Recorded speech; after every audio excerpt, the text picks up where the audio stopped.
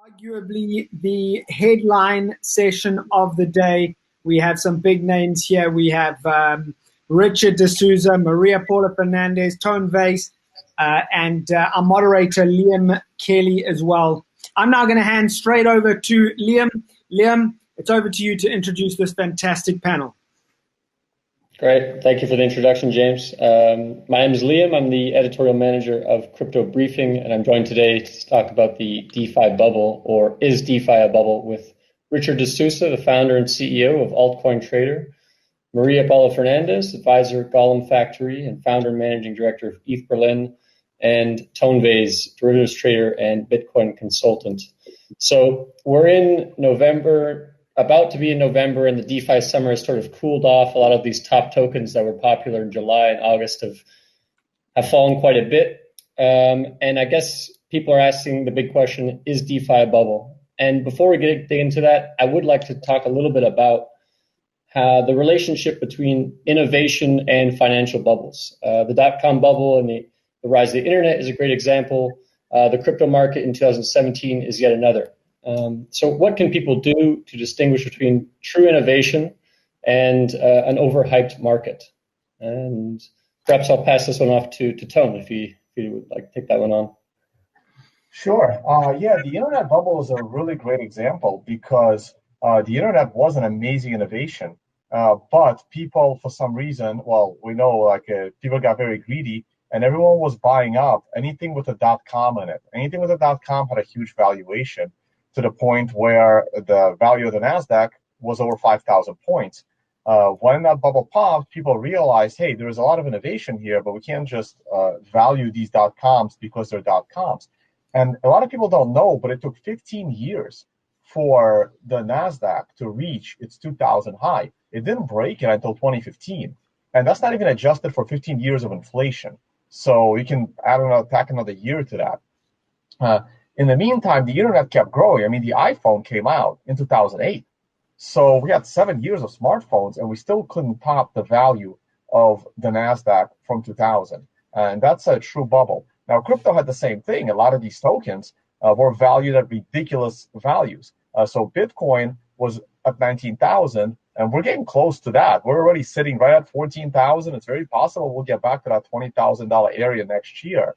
But some of these other tokens, most of them will never, ever, ever even come close to their highs. I don't even think Ethereum will go back to 1,600 a token, but some of those other ones were insane.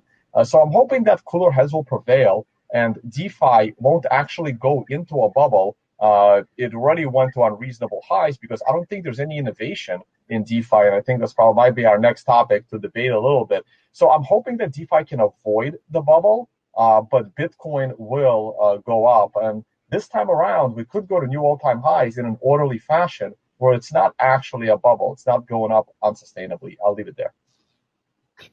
And Richard, would you like to add anything to that? Your take on the relationship between innovation and bubbles?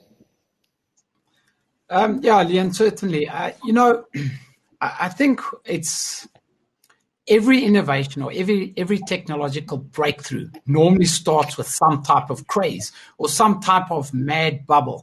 And that's what drives this innovation, because as humans, we need to learn, and that's where we make our mistakes. That's the sandbox where we actually find out what the possibilities of the new innovation are. And do we make mistakes? Certainly. We very, very often make mistakes in these initial stages. So I almost want to say that a bubble or over-enthusiasm is a very, very healthy process to any technology to start. If you take the Wright brothers, for example, and going back to the question, is DeFi going to end badly?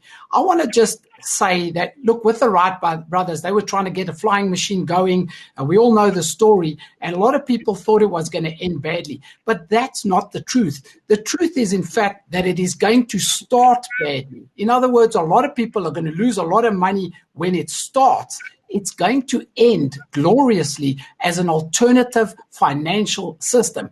So the start and the end are two very different things. I think it will start badly, as we've seen it in very many cases, not so much DeFi, but yield farming has started badly, but it is going to end gloriously. I'm going to leave it at that.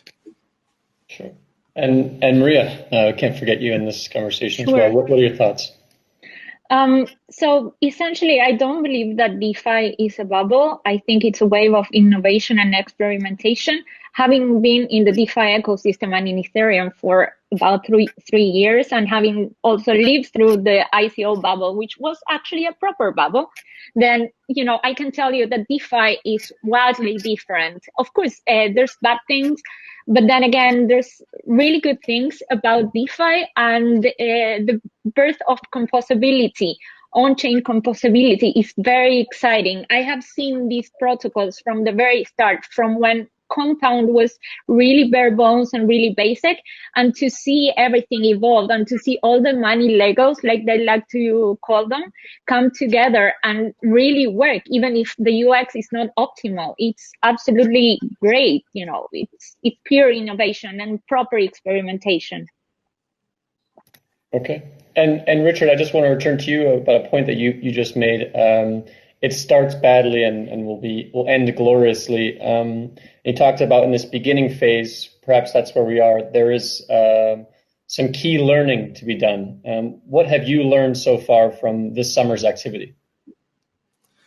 So I've been involved in DeFi for a little bit longer than just the recent yield farming craze, or this liquidity mining craze. I think that has been a catalyst which has just catapulted DeFi. But what I've really learned from DeFi is it is an amazing alternative financial system. Being one of the guys that's actually used DeFi to purchase a property. And there can be a lot of argument, is it centralized, is it decentralized? But I got to a stage where I was no longer able to finance through the traditional financial system. However, DeFi afforded me that opportunity to continue to trade and to continue to expand my portfolio. And when I say trade, I mean buy food. I don't mean trade as in trading crypto or trading derivatives. I mean as in basic partaking on the economy. So I was able to now get to another level because of the removal of unrealistic restrictions that are imposed by the current financial system. You see, DeFi is like Pandora's box. It has been opened. And as a human species and as a human race, we have had a glimpse into the possibilities that are available from an alternative, decentralized financial system. And this box can never be closed. It will open, it'll go along, it'll fumble along, and it will eventually evolve into just the way we do commerce as a species. Right. I agree with Richard. I think one of the best things, whether you like DeFi or not, the big picture of this year is that it has taken a toll on all of us. And some people have had a health toll. Some people have had a big economic toll. And if DeFi could, get some of these people out of the crisis, then, it's already effective. And at the same time, it has also made a lot of people very rich. But, a lot of people get rich every single day. Bezos gets richer and richer every day. So, it's relative. It has done more good than bad, actually. Sure. And I think a key point in this conversation, just moving ahead, is that we define precisely what we mean by DeFi. On the one hand, you have innovations like yield farming and liquidity mining. And then on the other hand, according to certain definitions, people would consider Bitcoin the original DeFi. And I think this might be a good opportunity for someone like Tone, a large Bitcoin proponent, to maybe chime in there. Do you think Bitcoin is DeFi? Do you think the two are interchangeable? How do you see that playing out? Sure. No, I do think Bitcoin is pure DeFi. But it's interesting how in the beginning of the first question, all three of us agreed that there isn't really a bubble, but for opposite reasons. Like, I don't think there's a bubble because I don't think DeFi is innovationary, and I think it's just going to fizzle out. I don't think it's going to get to a bubble. Not that it's in a pre-bubble. I don't think there's any innovation in DeFi at all, especially yield farming. The word DeFi doesn't actually make sense the way it's currently used because the D in the DeFi stands for decentralization. And the only thing that's decentralized in the crypto space is actually Bitcoin. All these other products, they all already exist. They're just operating in this unregulated niche And in the very, very early days, you could kind of do something with it. But I don't think there's any innovation. And this DeFi situation is really, really bothering me. They are all Ponzi schemes to me. And while some Ponzi schemes can last a really long time and create bubbles, we saw that with BitConnect, we saw that with Plus Token. If we take it back to 2015, we can talk about Triple M. But in general, or OneCoin, of course, as well. But in general, most of these Ponzi schemes, they fizzle out and they don't destroy like the world. They don't get globally popularized as a Ponzi scheme. And that's everything in yield farming. That's all it is. They're just small Ponzi schemes. And I think now that they're starting to pop a little bit, I don't think it'll make it to a bubble because honestly, I think this DeFi space is so silly that it makes absolutely no sense. And that's why it's not going to make it into a bubble. It's not decentralized. There's no innovation. It's a bunch of people printing money with some people making money on that money. And I don't think it's going to go very far.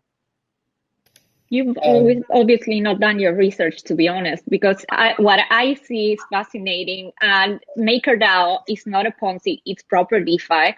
So, what do you tell me about that? Because you're only talking about the yield farming craze. Of course, there's opportunities everywhere. There's opportunities as well in Bitcoin. Otherwise, see the Forex. So, I think that this is a matter of, not labeling absolutely everything that you see as a Ponzi because it's not. And I'd advise you to just do a little bit of research and take some time to explore because it's helpful. Well, MakerDAO will not be, they're centralized. They're not, all their claims to be decentralized, they're just false. For obvious reasons, they're also built on top of Ethereum, which had proven to be centralized with what happened after the DAO hack. These are centralized situations that will eventually prove themselves over time when more and more hacks happen. It's just how that entire system has always been. Hold on, Tom. Let's let Richard speak a little bit. Go ahead, Richard. To even think that DeFi is built on Ethereum would show a lack of understanding of the true meaning of DeFi. DeFi is an alternative financial system that is blockchain agnostic. Maybe I should pose the question like this. If you need a loan for your 20th property, if you are a property portfolio, for example, would you prefer to go and stand in a queue at Chase Bank or JP Morgan, or would you like to interact with AI or a smart contract where no KYC, where no prerequisite is required and be able to freely trade in a new open economic system? It's not about Ethereum. It's not about Ethereum fees because DeFi is absolutely blockchain agnostic. The fact that most DeFi is built on Ethereum is simply because Ethereum has a reasonably good blockchain. I'm not even saying an excellent blockchain. I'm just saying that this alternative financial system is going to change everything we know about the economy, and Bitcoin is part of this. It's part of the liberation that we are going to see from the current oppressive financial system that we find ourselves in. Sure, it's a good. Oh, go ahead, Tony, if you want to add a little bit to that. Here's where I disagree with that. The loans that you are talking about, if you're going to get a non-KYC loan, you have to provide non-KYC capital for that loan, right? This is why if you want to borrow $50,000, you have to give them $100,000 worth of Bitcoin. So what is the, I mean, there are reasons to do that. Now you have the capabilities of putting up $100,000 worth of un-KYC capital to get 50,000 to do something, and you hold on to that crypto as it appreciates. The majority of people that are asking for loans, they're not asking for loans because they have more money than the loan is worth. They need a loan because they don't have the money. So if you are going to get one of these DeFi loans, but you don't have more money in that collateral, how do you do that? You have to put up, let's say, that property as collateral. So, and now you're not un-KYC'd. Someone has to KYC because they have to take away your property if you can't make good on the loan. So, like a lot of these non-KYC loan solutions, they only work for the people that are already rich and wealthy. They're not really there for people that have no money and need a loan. Have you heard of uncollateralized loans? Because actually, Aave is a platform that's giving uncollateralized, under-collateralized loans. And actually, under-collateralized loans are the top number one reason how people are getting out of poverty also in the real world. A lot of developing countries, probably, probably it's not the case for the US, but it's the case, for instance, in different African countries, under collateralized loans are actually helping real people. So it's not about having. Sorry? Where does the money come from? Where does the money come from for an uncollateralized loans? Well, sorry, yeah, Richard? Sorry, I was just going off at a bit of a tangent. Tone, you say that the crypto loan is a collateralized loan. I would like to argue that every single loan is a collateralized loan. If you take a loan from the bank, you put your house up for collateral, which means that you don't own the house. If you take a DeFi loan, you own the house. You're not putting the house up as collateral. If you decide not to pay that loan back, they can never take your house. So the bank currently does not offer don't offer uncollateralized loans, just like DeFi. But you're going back to Maria's point, there is loans that are uncollateralized where you can leverage other people's funds, in a system where they sign surety. How is that better than Wall Street? How is that better than a traditional financial system? I don't understand. Where's the money coming from? Who's printing this money? Well, the way that it's better is that you have a personal interaction with the person that's signing surety for you. So it just allows the decentralization of the financial system. You're no longer begging a regulator for a loan. You are taking a loan in a logical, concise way from someone that would trust you if you don't have the fund yourself. But look, there is no, whether you use crypto or you use a property, you're going to put collateral down. There's no getting out of that. And just to reel this back in a little bit, so it sounds like we've hit a bit of a nerve, I think, in terms of how we define innovation in the DeFi space, and it kind of circles around whether we're making the current system better or worse, or if we're simply replicating the current system. And on the one hand, we might have the ability to decentralize, for instance, loans, but maybe we can make a short list of other innovations in the DeFi space that we're very bullish about, or that are concrete enough to discuss. Perhaps Maria or Richard, if you want to chime in there. It sounds like Tone maybe hasn't found enough innovation in DeFi to speak on this yet. Well, I'll quickly chime in because the amount of use cases for DeFi, I mean, they're not finite. There's just so many. All the things that we do in traditional finance, we will at some stage be able to do in DeFi. Granted, not now because DeFi is in its infancy. But we've got loans, we've got trading, we've got leverage, we've got insurance, we've got savings and investments, we've got funds, we've got trusts, we've got property ownership, we've got all of these mechanisms where we will not be able to, or we will not have to beg regulators to allow us, or wait months for a property to transfer into your name, or have to qualify and be eligible to put your savings into a yield earning account. If you want to take insurance that is unrealistic and doesn't fit into the current sort of boxes that the regulators put, you will be able to put up a proposition for that unrealistic insurance. And you may or may not find someone in the DeFi space that's willing to facilitate and give you that insurance.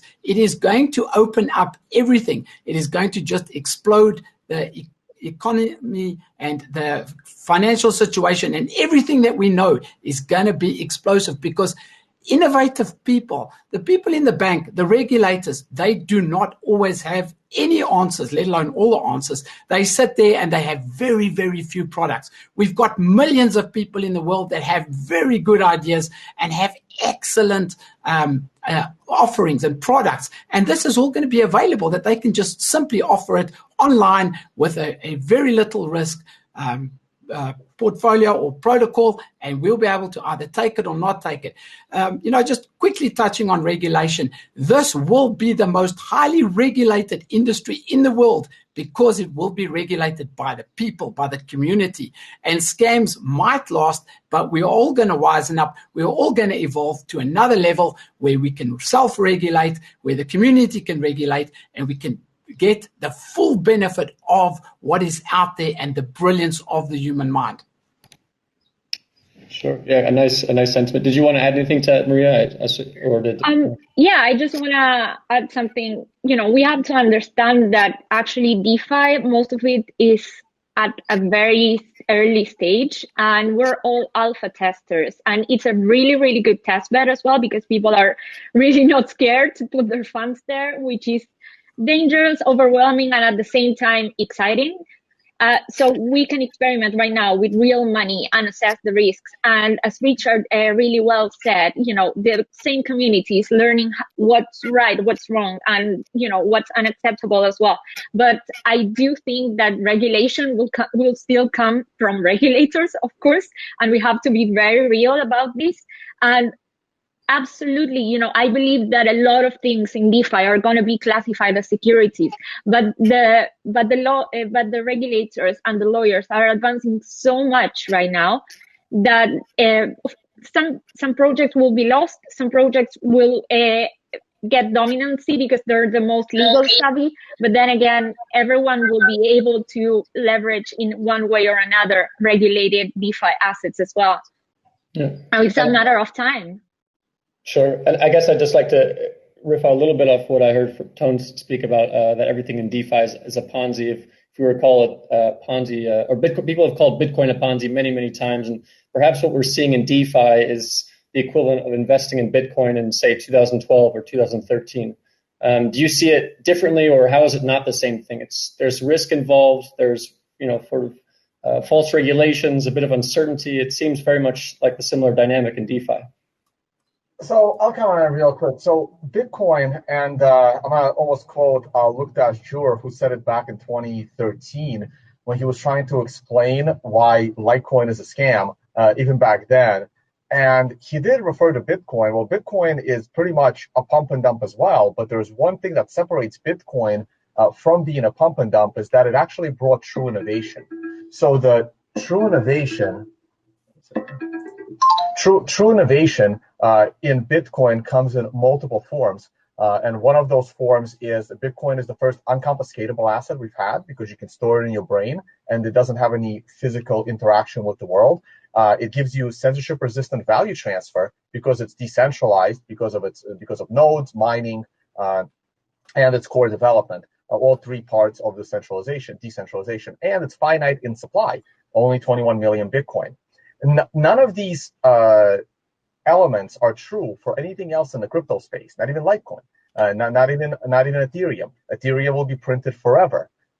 So like these elements don't exist, and DeFi centralizes these even more. So I don't see true innovation there, and because I don't see true innovation there, it's going to be very difficult for any of these projects to really take off. Is it possible that one or two of them could eventually succeed? I guess it's possible.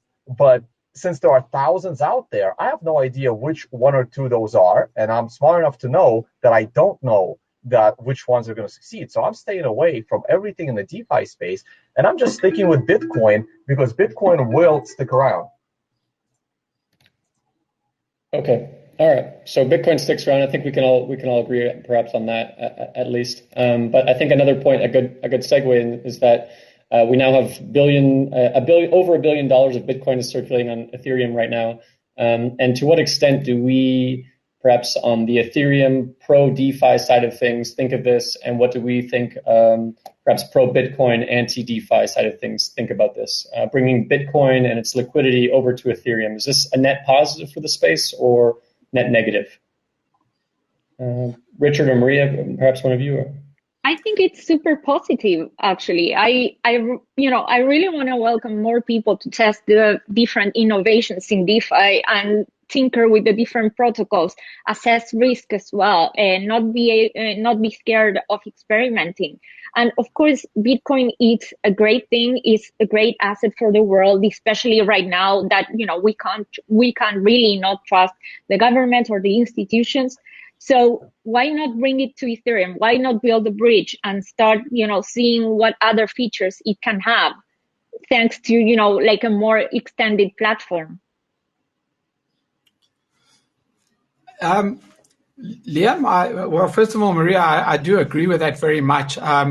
Tone, just very quickly, I think you know that Bitcoin is my favorite asset in the world. There is nothing else that touches Bitcoin. However, it's not like a marriage, and it's not like a religion. I can have multiple coins and still have Bitcoin as my favorite coin. As far as wrapped Bitcoin goes, Liam, to answer your question directly, I do have wrapped Bitcoin and I am dabbling in it. But I have a very clear understanding that as soon as I have wrapped that Bitcoin, it is no longer mine. I am holding a promissory note from someone else in the hope that they will one day give my Bitcoin back. So I don't think that you can say that you are owning Bitcoin if you have wrapped Bitcoin. You are really taking a bit of a gamble. But it is indicative of the fact that the Ethereum blockchain is currently the best that we have. Once again, I'm not saying it's fantastic, but it is the best that we have. And by wrapping that Bitcoin, you get the utility, you get to leverage, to finance, to loan against, and to do a host of other things with your Bitcoin. So while it's not a perfect situation, I'm going to agree with Maria and say I am prepared to dabble with it and I'm prepared to take a small risk, hoping that humans generally, good will beat out evil, and I will get my Bitcoin back one day. But in the meantime, I will get all the benefits of the DeFi space that are available, in this case, on the Ethereum network. Right. And I'm on the other side of that. I advise people not to have their Bitcoin. All of my biggest mistakes in the crypto space were not hodling my Bitcoin. I mean, that's it. So look, Bitcoin gives you incredible freedoms, and it's incredible how many people just want to give up their Bitcoin the moment they get it. And I get messages from like old friends all the time that someone else is trying to get them into Bitcoin, and the first thing they want them to do with their Bitcoin the moment they acquire Bitcoin is to give it to someone else to make more money on their Bitcoin. And I basically tell them, nope, that's how you're going to lose all that Bitcoin. That's how it always happened. So I don't want to be a big pessimist here, but I think all that $1 billion worth of Bitcoin wrapped in Ethereum is going to end very badly, similar to many of the other projects that so far have ended badly. It's incredible how fast people are walking away. I am a believer in move fast and break things, but not when it comes to people's money and not like when it comes to people's health. So it's kind of like, hey, let's get a vaccine out there in the next 3 months. And that could be a little bit dangerous. Same thing with money. Like, hey, move fast and break things if you're going to try to have an app, like a music app or whatever. But when it comes to people's money and their life savings, you really want to move a little bit slower there, which is another reason that favors Bitcoin. A lot of people complain how slow Bitcoin is, how it's not innovating, but that's the point. That's the stability of Bitcoin and why it will be with us for years and years to come. Okay. Yeah, I think those are fair points on all accounts. I think we all agree that Bitcoin is the number one asset. We all have perhaps that was our first cryptocurrency, but we also, with a large asterisk, perhaps accept the risk to experiment on Ethereum with other products. And I wanted to get back to the final point before we wrap up here is the summer of DeFi and yield farming, and a lot of what we've talked about in this discussion has all happened or appeared to have happened for the most part on Ethereum. And this has resulted in another reminder of perhaps Ethereum's limits. And moving forward, do you think we'll continue to see DeFi flourishing on Ethereum, or are we going to see a larger community of layer ones and bridges and interoperability solutions that connect Ethereum with other blockchains to continue to grow the space? I'm personally really excited about another blockchain trying to build their bridges and their own implementations of Ethereum-based protocols. Honestly, it's not about a competition. The more people that can benefit from DeFi in whatever platform they want to choose, that's fine by me. At the end, what Richard said again, DeFi is about decentralized or alternative finance. It's not about Ethereum-based. I've seen very, very cool experiments on top of Polkadot. I've seen very cool things also on top of Ava. And I'm really looking forward for someone to actually test Ethereum's capabilities and, sort of taunt the Ethereum community as well. And for them to understand that, it's not Ethereum is not the king of DeFi. And if they want to be competitive with other chains that are building better implementations and better protocols, they really need to work together. So personally, I think it's the more the merrier. Yeah, I agree with that, Maria. And Liam, no, I certainly don't think that we need to be beholden to Ethereum for DeFi, because we're seeing amazing things happen on Tron. I mean, I'm deeply involved in DeFi on the Tron network, and it works in many cases better than Ethereum. It's super fast, it's super cheap, and there are a lot of projects. I don't know if people are aware of this, but there are a lot of projects on the Tron network that are not being built, that are currently working and people are using. Granted, a lot of them are liquidity mining and yield farming, but there's also Just Swap, which allows you to swap tokens. And you can take loans on the Tron network. There is a host of things. So even Neo has DeFi offerings with Flamingo.finance. So I think that asking whether Ethereum is able to scale, and it's a bit like saying, will the dollar take over the world, or are we all going to speak English? No, we're not. We're going to keep our languages. We're going to keep our currencies. We're going to see DeFi rolling out on a host of networks. DeFi, in essence, cannot be stopped now. It is not based on any blockchain agnostic. It is going to take over and eat up and consume the traditional finance sector as we know it. And I don't know if, Tone, you have any adding thoughts to that, because you're not so active, it appears, in the Ethereum or DeFi space. I agree that Ethereum has a lot of competition for all the DeFi, and it is going to spread around because Ethereum can't scale. And none of these other platforms can scale either. But like as Richard just said, of course, things are going to be faster and cheaper on Tron because very few people use Tron. This is the same argument Roger Ver uses as to why Bcash is faster and cheaper than Bitcoin. Well, right, because no one is using it. So obviously, a lot of the Ethereum competition, and it was built later than Ethereum, so it would they probably resolve some of Ethereum's bottlenecks. So they will be faster and cheaper for now. But this decentralization is incredibly difficult to scale. This is why everyone makes fun of Bitcoin for being so slow and so expensive, but they actually solved the scaling problem.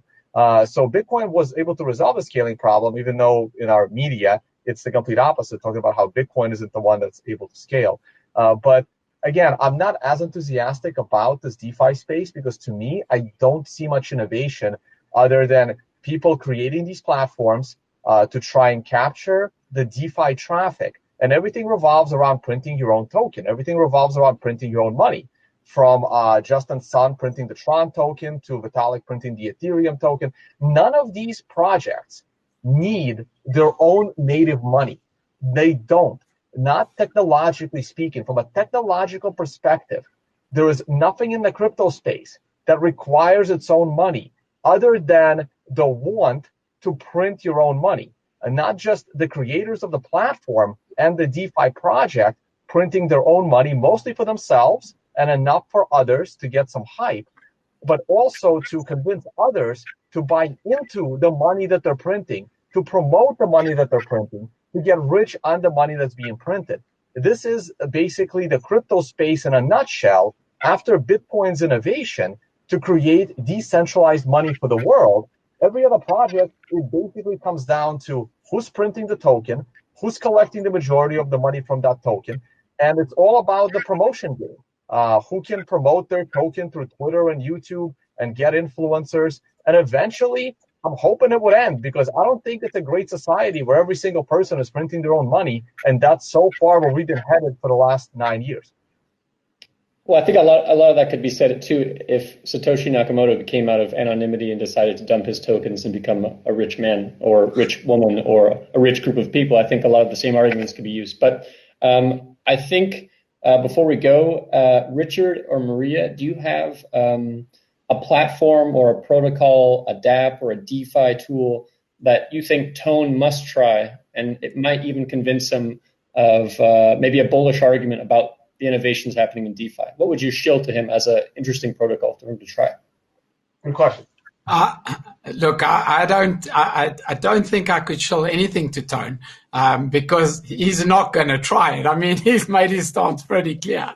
And while I'm going to reiterate that I'm actually with Tone as far as Bitcoin goes, but it's not a marriage, Tone. You know, Bitcoin is not going to say that you're cheating if you go and play with Ethereum or if you go and play. But there are, look, certainly to directly answer that, Liam, platforms like Oasis.app or Compound for loaning is definitely the place to start. You know, just for me, a very clear use case. If I've got Ethereum and the Bitcoin price drops tomorrow, I am not that guy that says, oh, I wish I had money because there's such a great dip and there's such an opportunity and I want to buy now. I'm that guy that takes a loan, buys the dip, waits for the price to increase, pays back the loan and keeps the balance. And that is a very real use case that we can use in crypto right now. You know, look, there's just hundreds that I could list, but I think that it's very simple like this. Forget about Bitcoin, forget about Ethereum. Tone, this is the question I'm going to pose to you. Would you prefer to go and get a loan from JP Morgan and stand in that queue and stand in that bank, or would you prefer to do it online with no hassle? That's the question. Hold your answer. Hold your answer. Maria, do you have any platforms that you think Tone should give a shot? For sure. I think that actually Synthetics is a really good example, and you know, it's pure experimentation. And if you like printing money, then that's your corner of the world as well. If you don't like printing money, that's also a really good fit because you will be horrified and validate all of your assumptions. Great. And yeah, Tone, do you have any responses to, I guess, maybe Richard's question or some of the other comments just made? Yeah, no, I got a response to Richard. Instead of taking out a loan, I prefer to sell whatever I have to buy Bitcoin so that I don't have to take out a loan ever again in the future. That's my plan. All right, fair enough. Thank you, guys. Okay, looks like a lot of people are very interested in printing cash in the discussion board, so not so much innovation there. But I guess maybe just a quick response, maybe yes or no from the gang. Do we see yield farming going the way of ICOs? Do you think it's going to become a taboo like 2017, and you think yield farming is finished, Maria? Okay, Richard. I think yield farming is probably finished, and it is very, very similar to the ICO craze. But let's not take away from the fact that yield farming was or is a catalyst to get multiple tokens onto decentralized exchanges.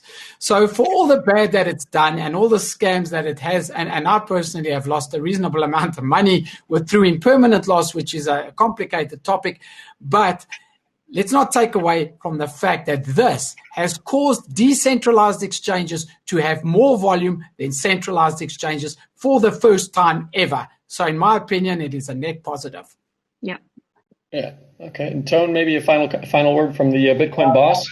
I think yield farming is done. I can't believe it was ever popular to begin with, but I always tend to underestimate how silly some things can get within new innovation. Like Bitcoin, and everyone just does stuff on the outskirts, and some of them do get hot. So we'll see what happens next. I'm generally keeping an eye on the space, but I'm mostly focused on Bitcoin.